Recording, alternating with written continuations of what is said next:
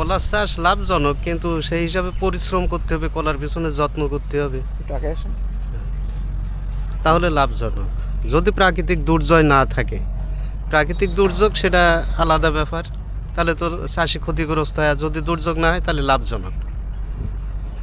আপনার কতটুকু আছে? 3 বিঘা মতো। কি অবস্থা? মোটামুটি ভালোই আছে আর কি। কি করলে এটা? এটা একদম সবরি কলা।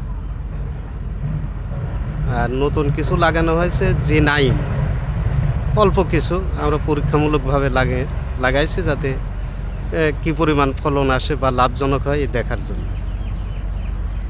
3 বিঘা জমিতে আশা কেমন করছেন? আশা করছি এখন বাজারের উপর নির্ভর করে, তো বাজার ভালো। এই আম লিচু উঠলে পারে, হয়তো একটু কমতে পারে। কত দাম কেমন? বর্তমান কলা যেগুলো একটু ফ্রেশ ভালো 700-800 টাকা কাঁদি বিক্রি হচ্ছে। আর নর্মালি 500, 600, 400, 300 কলা বুঝে আর কি। দাম তো ভালো। দাম ভালো। দাম ভালো। দাম ভালো। খরচ কেমন কি? খরচ আছে মোটামুটি। ওটা সব মিলে অ্যাকুরেট হিসাব করা যায় না, তবে খরচ একটু আছে। 1 বিঘা জমিতে কত খরচ হয় আর আয় কেমন হয়? 1 বিঘা জমিতে আপনার 20 থেকে 25 হাজার টাকা তো খরচ করাই লাগে। এটা তো দীর্ঘমেয়াদী ফসল। হ্যাঁ, দীর্ঘমেয়াদী ফসল। তারপরেও মানুষ কেন করে? মানুষ এটা চাহিদা আছে, তারপরে বিক্রির কোনো ঝুট ঝামেলা নাই, তারপরে বছর শেষে দেখা যাচ্ছে এককালীন অনেকগুলো টাকা একসাথে পাওয়া যায়, এই কারণেই করা হয়। চাষি মানুষের তো এককালীন বেশ কিছু টাকা, এটা তারা বেশি মনে করে। এটা ঝুঁকিও আছে। ঝুঁকিও আছে।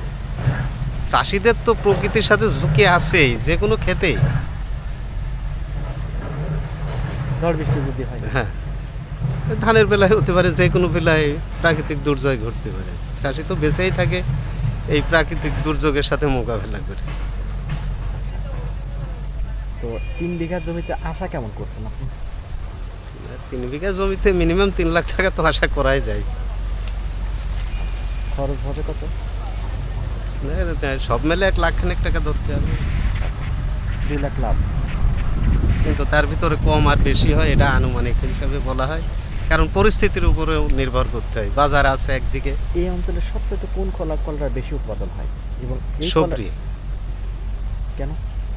সবরিটা মোটামুটি লোকজন বেশি চাহিদা করে, আর চাপা কলাটা চাহিদা কম করে, এই কারণে এটাই লাগানোর চেষ্টা করে। কিন্তু মাঝে সবরি কলার রোগ থাকার কারণে অনেকে লাগাতো না, কিন্তু আমরা কমে যাওয়ার কারণে আমরা উদ্যোগ নিচ্ছি বেশি, যেটা আবার ফিরে আসুক।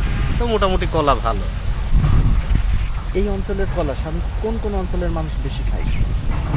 এই কলাগুলো বিভিন্ন অঞ্চলে অনেক সময় দেখা যাচ্ছে কলার বাজার আছে মধুপুর, ব্যাপারীরা গ্রাম থেকে কিনে নিয়ে যায়, ওখান থেকে সিলেট, ব্রাহ্মণবাড়িয়া, ঢাকা, নানান দিকে যায় আর কি। বলা হচ্ছে কুষ্টিয়ার কলা অত্যন্ত সুস্বাদু, বিষয়টা কি? বিষয়টা আমরা মূর্খ লোক, এটা কীভাবে বলবো, তবে কুষ্টিয়ার কলার পরিবেশটা খুবই ভালো, ন্যাচারাল কায়দায় ম্যাক্সিমাম তৈরি হয়, গোবরের সার এবং কিছু রাসায়নিক সার, কিন্তু ওই ফরমালিন ব্যবহারযুক্ত হয় না,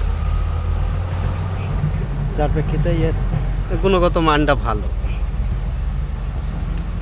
সর্বশেষ কথা হলো এই আপনি একজন কলা যেহেতু চাষি, জি, এই কলা নিয়ে আর কোনো স্বপ্ন দেখেন কিনা?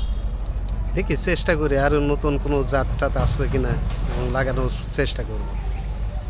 নতুন তো অনেক জাত আছে, তো যেহেতু আপনি তো এক প্রকার নেই, এটা তো আমরা যে নাইন এবার পরীক্ষামূলক লাগাইছে, এটার ফলন দেখব এবং বাজারের চাহিদা দেখব, তারপরে যদি দেখি যে চাহিদা আছে তাহলে আরও বেশি করে লাগাবো এবং সবরি তো লাগাবো।